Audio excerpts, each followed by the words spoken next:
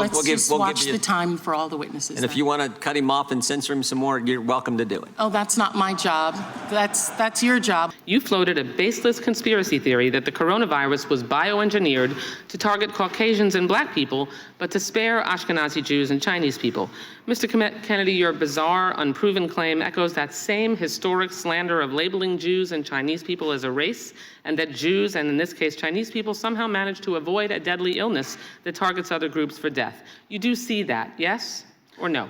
You're misstating. No. I quoted what you said earlier, and it is directly what you said. So just ask me yes or no. I was describing an NIH-funded study. No, you didn't cite any. I was describing an NIH-funded study by Cleveland Clinic scientists. Reclaiming my time. You did not reference reclaiming my published time. in USC Mr. Medical, Chairman, which is one. The time is mine. I'm reclaiming it. Please ask the witness to stop talking. You asked me a question. Reclaiming. Allow me to answer my question. Efforts to censor Democrat candidate Robert F. Kennedy Jr. this week at a hearing on censorship led by the Subcommittee of Weaponization of the Federal Government, as ranking member Stacey Plaskett raised concerns that Kennedy's allotted 10 minutes for an opening statement as opposed to 5 minutes. Even before the hearing started, efforts to shut him down were underway, with Representative Debbie Wasserman Schultz making a motion to move the committee into executive session, closing the hearing to the public. That motion blocked by Republicans. Kennedy has also run into resistance from Democrats in his efforts to take on and debate President Joe Biden, who Democrat committee leaders say will be their 2024 candidate with no debating, despite competition from Kennedy as well as Marianne Williamson. In a recent Fox News poll, President Biden has less than two-thirds support in his party's primary, while Kennedy has been building momentum in the bid for this nomination. In a new poll from Quinnipiac University, Kennedy's favorability rating among Republicans and independents is much higher compared to his rank within his own party. Joining me right now, live here in the studio with me for a Sunday Morning Futures exclusive, is the man himself, Democrat presidential candidate Robert F. Kennedy Jr. Mr. Kennedy, it's great to have you this morning. Very, very good to be here. Thank you so much for being here. So what went on in that hearing? Censorship has been an issue for several years now. We talk about it every day on this program and on my program on Fox Business. What should be done about it? What can you do to stop it? This should not be a partisan, or right. This needs to be bipartisan, and the Democratic Party has always fought very hard. My father, my uncle, and throughout its history, the word liberal means freedom and applies specifically to freedom of speech. We can't have a democracy if we don't have freedom of speech. It is the cornerstone of our democracy. That's why the framers put it in the First Amendment. It is, as I said, it's the sunlight, it's the water, it's the soil of democracy. Without free speech, democracy will wither and die. And everybody knows that. We've been warned about that by George Orwell, Aldous Huxley, Alexander Solzhenitsyn, Kessler, Heinlein, everybody. Everybody knows it's the beginning of totalitarianism. Yeah, the people who censor speech, when we look back in history, they're never the good guys. Right.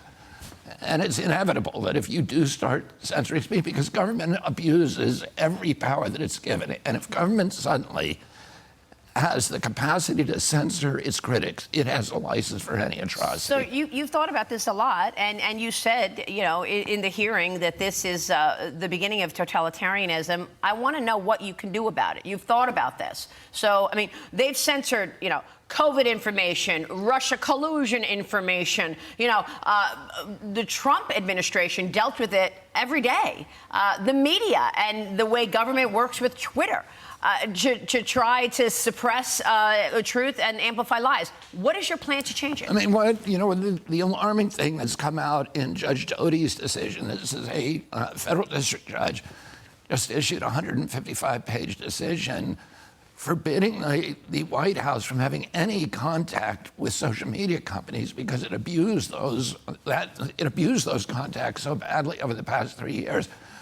What we now know is that the White House had deployed an army of federal agencies, including the CIA, the FBI, the DHS, Department of Homeland Security, the IRS, and many others, to threaten Facebook, Google, and Twitter with withdrawing their Section 230 immunity, which is an existential threat, those companies cannot exist without that immunity. And they were told that if they did not censor the president's opponents, critics of these policies, that they would lose that immunity. Unbelievable. Well, I mean, there is this network in place. I mean, Trump calls it the swamp. Others call it, just this network of establishment that is hard to get around. I've seen your comments about the CIA and the assassination of your uncle and father, that they were involved. How do you get and break this enormous network? Well, you have to. I mean, you have to do it agency by agency, because the fulcrum of the corruption of this corrupt merger of state and corporate power is happening within the agencies, and each of those agencies have different issues of the agency that have promoted and prompted the capture of those agencies by the industries they're supposed to regulate. With the intelligence agencies, in many of them, although not all of them, are now serving the purpose of enriching the military-industrial complex and expanding its power. So military contractors, my uncle recognized this, that the function of the CIA had devolved into providing the military-industrial complex with a constant pipeline of new wars in order to enrich military contractors and expand the power of the intelligence apparatus. Unbelievable. Look, you have this platform this morning. Yes, please, go ahead. I want you to tell us why do you believe you're the guy to be in charge in 2025? What's your platform? Well, my primary platform is unraveling the war machine, the national security state abroad, sorry, which is bankrupting our country, which is destroying the middle class in our country. And then the ultimate objective is to protect democracy, restore the American middle class. You can't afford to be poor in this country anymore, and you can't afford to be a working person.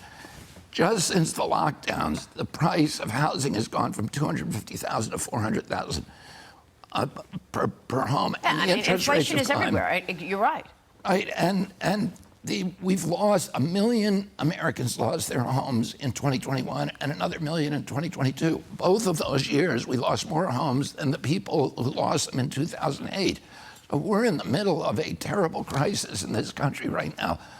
Most Americans are living paycheck to paycheck, and they're living in terror that they're going to lose their jobs. 57% of our country people, men and women, could not put their hands on $1,000 if they had an emergency. So this is not, the America that I grew up in. The America that I grew up in had a robust middle class that was the economic generator for our country and for democracy. And they have been trampled by these war policies, but the bailout policies, and all the things that now, many of the leadership of the Democratic Party now represents. And so, what my objective is to restore the moral authority of this country, our moral standing in the world, our leadership in the world. And it begins with the American middle class at home, and to recapture our government for the American people and to take it away from this, this corrupt merger. And both sides should agree on what you're saying, but are you being heard? How are you going to communicate this if you are unable to do a debate? The Democrat leadership will not have you there on stage, or anybody. They've got their guy. Are you being heard? Can you assess the response you've gotten from the Democrat Party? Well, it's interesting to me because I've been really, slammed in a way that I think is unprecedented, even more than President Trump was slammed by the mainstream, by the corporate media. But this Harris-Harvard poll came out, which is a gold standard poll, I think 2,500 people yesterday. It showed that my popularity is greater than by I think 20 points. And any other political candidate. So somehow the American people are hearing what I'm saying. I don't know whether it's through the podcast or through social media. My unfavorability ratings should be off the charts if people believe. I mean, listen, if I believe the stuff that's written about me in the papers and reported about me on the mainstream news sites, I would not have anything. I would definitely not vote for me, and I would not, I would think I was a very despicable person. Well, somehow they're telling your story. I mean, they're going to tell whatever story they want to tell. I want to get your take on this issue of corruption in government, because we've been talking all morning about the fact that we've got these new bank records from the Oversight Committee that shows Joe Biden took in millions of dollars and his family. And we don't know what specific policy decisions he changed as a result of why did he get paid? What do you think about that? I mean, there's an actual conversation underway about impeaching Joe Biden because of this. You know that? Yeah, I have avoided criticizing the president because I'm trying to bring people together and end some of the vitriol, the poison that's made politics so poisonous. Well, corruption is corruption. We don't want corruption in government. But you're right. And I think, though, the issues that are now coming up are worrying enough that we really need a real investigation of what happened. I mean, these revelations about that where you have Burisma, which is this notoriously corrupt company that paid out apparently $10 million to Hunter and his dad. If that's true, then it is really troubling. So I think that needs to be investigated. Well, there's also an issue with the investigators, because if the DOJ is getting in front of any real investigation, then there's a problem with that as well. I mean, these federal agencies, in terms of what they pursue, they did it throughout the Trump administration, trying to take down Trump officials with FISA warrants. Yeah, I mean, I think that's something that every American needs to worry about, that our federal agencies, which used to be above politics, and now become weaponized as political instruments. And that, again, is another really damaging trend for our democracy. Robert, we'd love to continue this conversation. We hope you'll come back. We want to give you the platform that it appears the Democrats are not giving you. So please come back soon to talk more about this. Thank you very, very much. And your policy recommendations. 2024 Democrat presidential candidate, Robert F. Kennedy Jr. Thank you, sir. Thank you. We will see you soon.